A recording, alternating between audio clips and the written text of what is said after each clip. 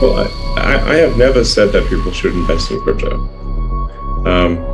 Tesla and myself all did buy some Bitcoin. I also bought some Dogecoin, and Tesla accepts Dogecoin for some merchandise, and SpaceX will do the same.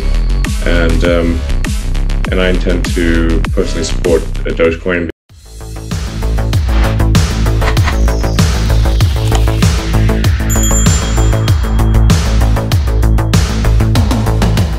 Elon Musk, thank you very much for coming and talking to us. You could argue at the moment that us in the media, we have at least 3 Elon Musks to deal with. We have the proposed buyer of Twitter.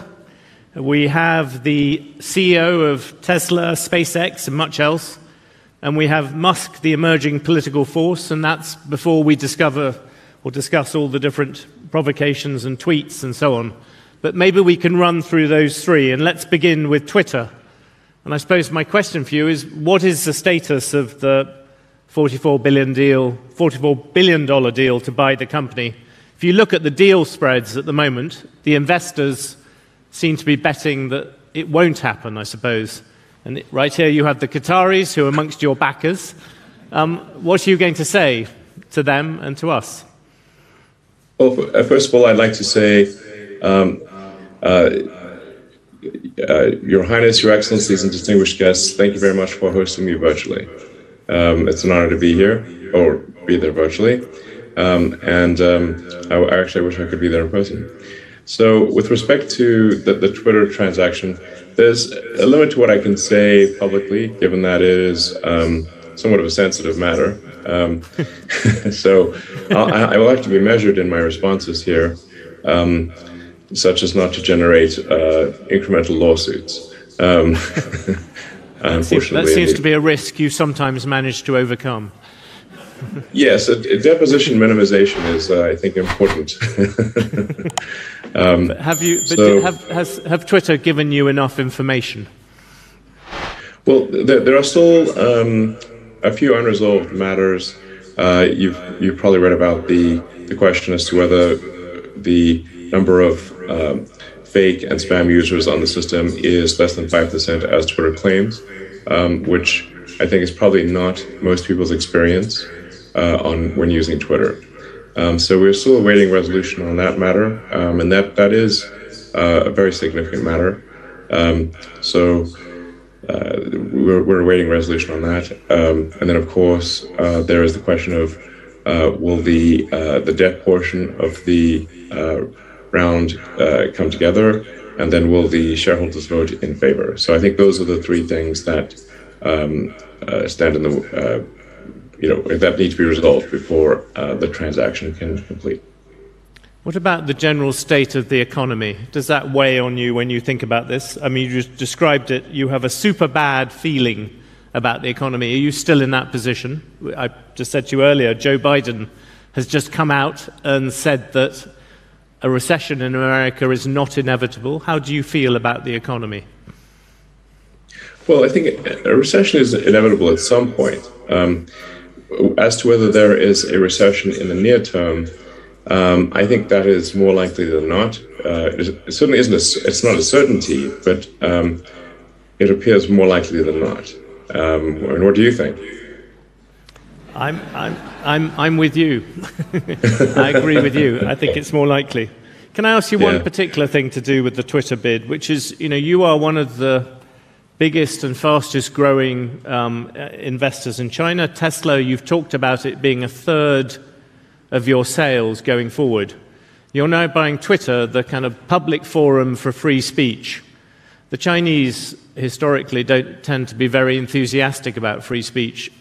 Are you worried about whether you can keep those 2 particular horses running? Is buying Twitter going to get you in trouble with the Chinese? Well, Twitter does not operate in China. Yes. So,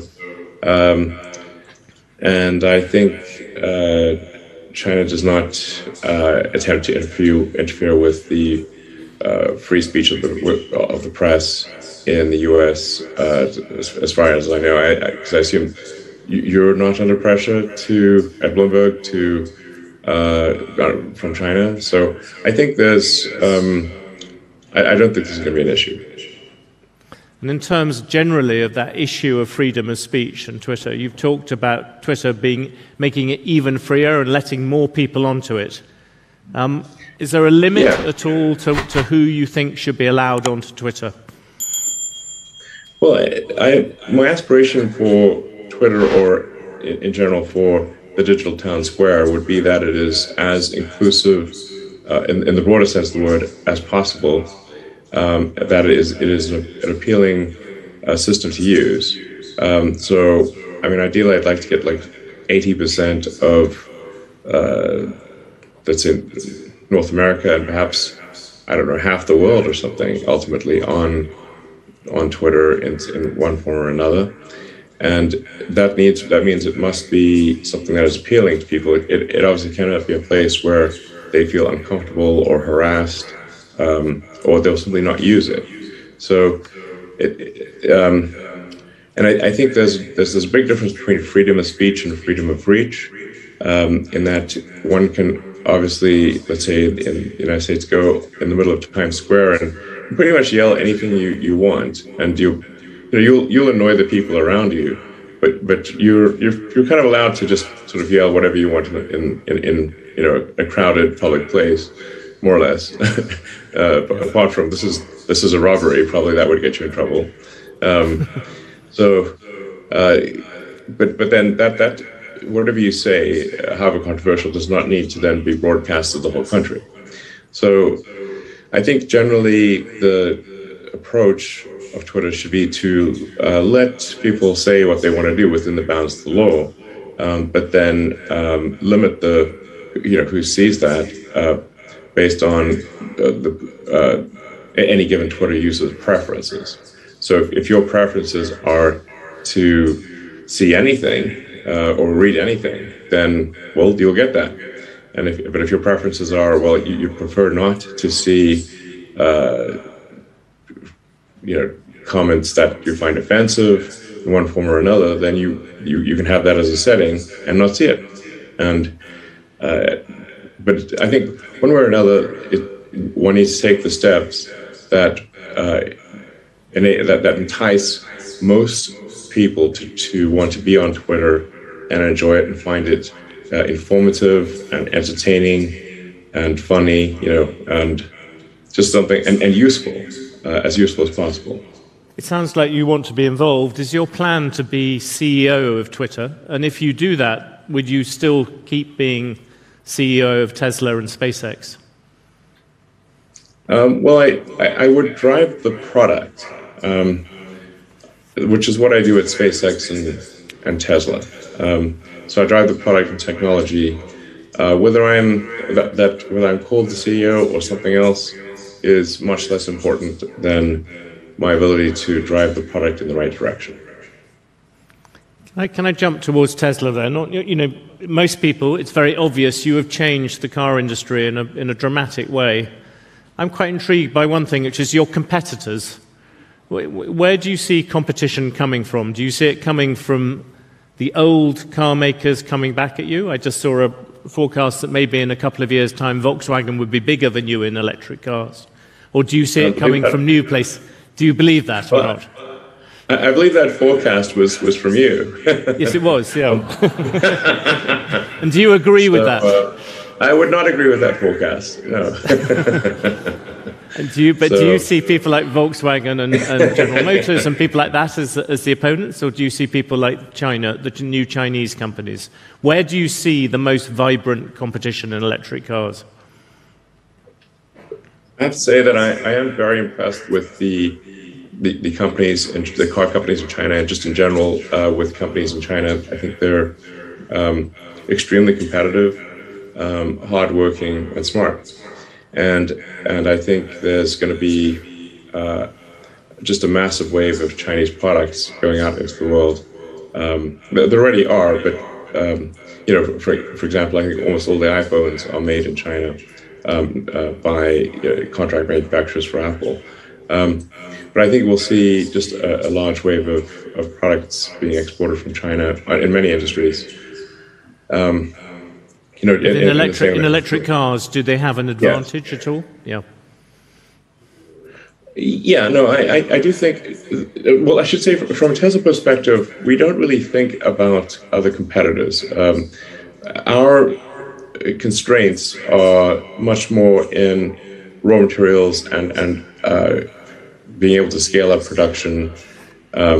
So our constraints are not imposed upon us by competitors, but rather just imposed upon us by the realities of the supply chain and building up manufacturing capacity. So, I mean, as anyone knows who has tried to order a Tesla, the demand for our cars is extremely high, and the wait list is long. So, and this is not intentional. We are increasing production capacity as fast as humanly possible. So. So, like I said, we really don't think about competition at all. We just think about how do we address the limiting factors in the supply chain and in our own industrial capacity. Basically, we need to build the factories faster, and then we need to look ahead to whatever the choke points are in the whole lithium-ion battery supply chain, from mining and refining to cathode and anode production and cell formation. So. Can you set the record straight on one thing, which is this issue about the layoffs? I think you said initially that Tesla, 10% of the workforce would be cut, then 10% of salaried would be cut, then salaried would stay flat, and overall headcount would go up. What is the number? I know there's already, I think, been a lawsuit about the 10%. Is 10% the goal to reduce the workforce, or what is the number that we should think about, or that you're planning? Yes. So Tesla is reducing the salaried workforce by roughly 10% over the next probably 3 months or so. We expect to grow our hourly workforce. It's quite clear that we expect to grow our hourly workforce, but we grew very fast on the salaried side. And we grew a little too fast in some areas, and so it requires a reduction in the salaried workforce. And we're about 2/3 hourly and 1/3 salary. So I guess technically a 10% reduction in the salaried workforce is only roughly a 3.5% reduction in total headcount. Now, I think that number is important legally, isn't it? Because I think people are trying to say, if you're going to lay off 10% of your workforce, you have, even in America, to make an announcement about that. We did make an announcement. Yes. Let's not read too much into a preemptive lawsuit that has no standing. That is a small lawsuit of minor consequence. That just anything that related to Tesla gets big headlines, but it is whether it is a bicycle accident or something much more serious. It seems like anything related to Tesla gets a lot of clicks, whether it is trivial or significant. I would put that lawsuit you're referring to in the trivial category. So a year from now, I think our headcount will be higher in both salaried and obviously in hourly. But in the short term of the next few months, we expect to see, like I said, roughly a 10% reduction in salaried workforce, which is actually just really only a 3.5% reduction in total headcount, and not super material. Should we jump to that third Elon Musk, the uncontroversial one in politics?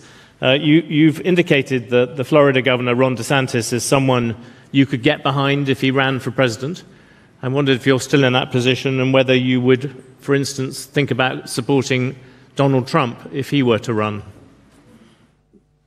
Well, I was simply asked if there was, if I had decided on who I would be supporting in the next presidential race, and I said I had not decided who I would support. Then I was asked, well, who might you be leaning towards? I said possibly DeSantis. And now I'm asking you about Trump, whether you would consider him. I think I'm undecided at this point on that election. I wondered, you talked about putting money behind a super moderate super PAC in the US. Yes. And I wondered, how much money do you think you're going to put into that? What kind of support would you push? I have not decided on an amount, but it would be some non-trivial figure, I think. I mean, at least sort of on the order of non-trivial could mean a lot with you. Yeah. Sorry? Non-trivial could mean a lot of money with you, I was guessing. Well, I don't know. I have not decided on an exact amount, but perhaps it would be $20 or $25 million. Just on that issue, I mean, again, you look at what DeSantis says, you look at what Trump says, and those sort of politicians, they again are people who make a large noise about China. And I wondered whether you thought that was also an issue for you in terms of business in China. Well,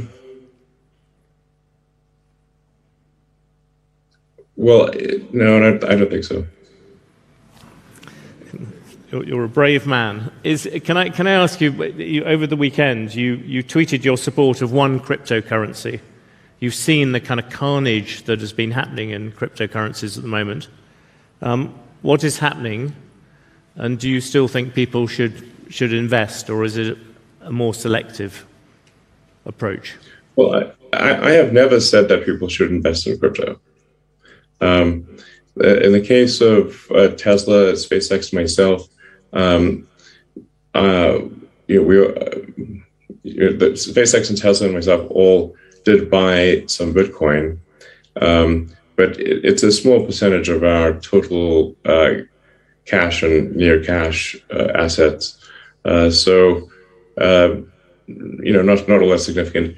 I also bought some Dogecoin, and Tesla accepts Dogecoin for some merchandise, and SpaceX will do the same. And I intend to personally support Dogecoin because I just know a lot of people who are not that wealthy who,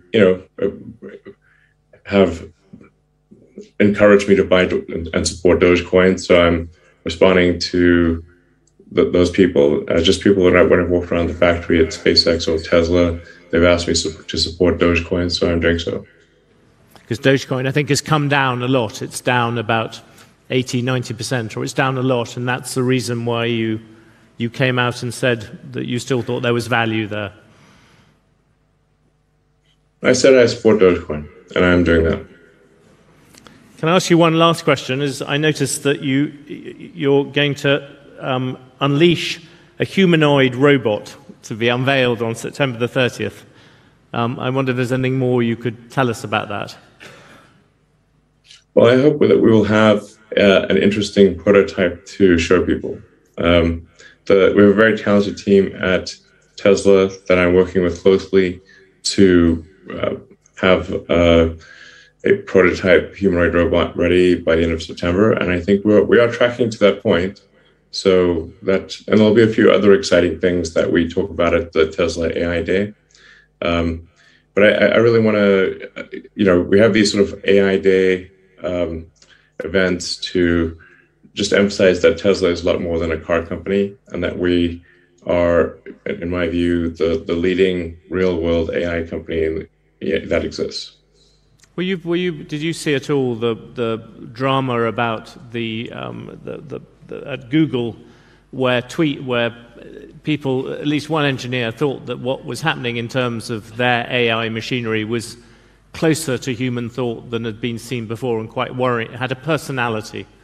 Is that something that you think about at all, or you worry about? I think we should be concerned about AI, and I've said for a long time that I think there ought to be an AI regulatory agency that oversees artificial intelligence for the public good.